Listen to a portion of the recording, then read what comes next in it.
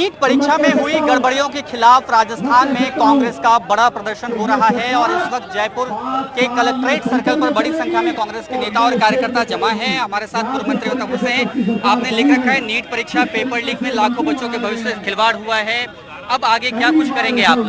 देखिए, हम कांग्रेस पार्टी के हमारे नेताओं के नेतृत्व में ये मांग है कि इस परीक्षा को रद्द किया जाए।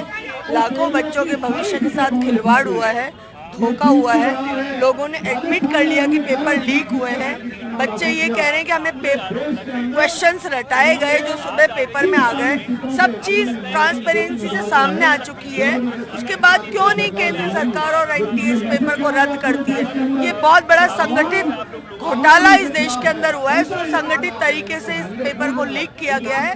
पेपर को दोबारा किया जाए और जिन्होंने लीक किया है उन लोगों का चेहरा बेनकाब किया जाए, उनको सामने लाया जाए और उनके खिलाफ सख्त कार्रवाई की जाए। लेकिन केंद्र सरकार ने कल एक हाई पावर कमेटी भी बनाई है और ये कहा है कि पूरी तरीके से पारदर्शी तरीके से उसकी जांच होगी। क्या आप लोगों को उस जांच पर भरोसा नहीं है?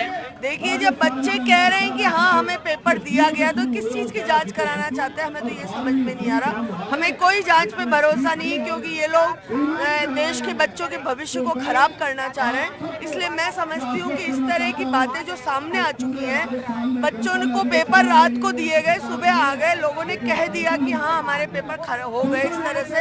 उसके बावजूद भी ये सरकार जो है ये बच्चों के भविष्य के साथ खिलवाड़ कर रही है। हमारी सबकी मांग हमारे नेताओं के नेतृत्व में आज देश भर के अंदर कांग्रेस का जो कार्यकर्ता है वो प्रदेश स्तर पे धरनों में बैठा हुआ है। हमारी मांग है कि हम लोग इस पेपर को रद्द कराने के लिए भारत सरकार से निवेदन करें। राजस्थान से करीब 1.25 लाख छात्र यहाँ पर अपियर हुए थे और उसके बाद आप लोग फिर से ये मांग कर रहे हैं कि फिर से नीट की परीक्षा हो। तो कई छात्रों का ये तर्क है कि फिर से नीट की परीक्षा होना जो है वो उनके साथ भी अन्याय होगा, ज्यादती होगी। नहीं, अगर किसी बच्चे ने वाकई मेहनत करी है तो वो ये नहीं कह रहा है।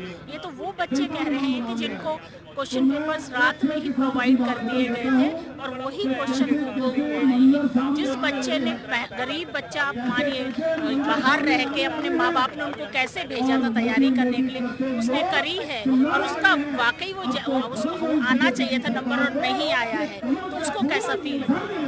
कितना जाने कितने बच्चे आत्महत्या कर सकते हैं। और जब बच्चे ने ये एग्री कर लिया है कि हमें मिले हैं तो इंक्वायरी वगैरह की जरूरत ही नहीं, सीधे ही पेपर कैंसिल होना चाहिए। लेकिन बहुत बड़ा आरोप आप लोगों की जब सरकार थी तो आप लोगों पे पेपर लीक का लगता रहा और विधानसभा चुनाव में हमने देखा कि उसका असर भी हुआ, युवाओं ने आपको उस तरह से साथ नहीं दिया। अब जबकि भाजपा की सरकार है, एनडीए पर ये आरोप लग रहे हैं, तो फिर आप लोग क्या संदेश देना चाहेंगे? नहीं, हमने ये कभी नहीं कहा कि, हमने तो ये कहा था कि हर जगह पेपर लीक है और हो सकते हैं। वो तो ये एग्री ही नहीं कर रहे, जबकि एविडेंस भी आ चुका है कि पेपर लीक हुआ है। तो कम से कम हमारी गवर्नमेंट ने एसआईटी बिठाई, उन्होंने इंक्वायरी बिठाई, हम लोगों ने करा जिनके खिलाफ कार्रवाई करें। ये तो कोई भी एक्शन लेने के लिए तैयार नहीं है। तो बिल्कुल देखिए साफ तौर पर, क्योंकि जब कांग्रेस की प्रदेश में सरकार थी उस वक्त भी पेपर लीक एक बहुत बड़ा मुद्दा था और तब बार बार ये बात दोहराई जाती थी और इसी का असर विधानसभा चुनाव में भी हुआ। बड़ी संख्या में युवाओं ने कांग्रेस के बजाय भारतीय जनता पार्टी को वोट किया था। लेकिन अब जबकि भारतीय जनता पार्टी की सरकार है और वही एनडीए पर अब पेपर लीक जैसे मामलों के आरोप लग रहे हैं, तो देखना है कि इस मामले में आगे क्या कुछ होता है। कैमरा सहयोगी पुष्पेंद्र तिवारी के साथ जयपुर से सोमू आनंद, एनडीटीवी।